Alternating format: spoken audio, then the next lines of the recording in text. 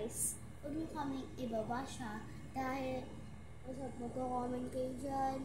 Ano kami guys, magko-comment kayo dyan bigla na gaya-gaya kay Ate Sabi at Sophia. Guys, gusto lang naman namin silang gayahin. Hindi naman kami magkambal. Saka siya po yung bunso at ako naman po yung panganay. Ouch!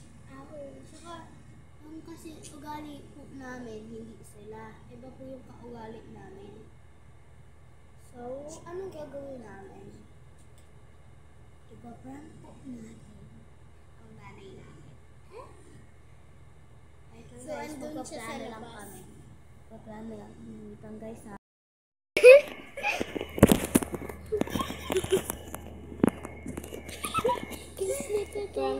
Kaprank na naman yung nanay namin.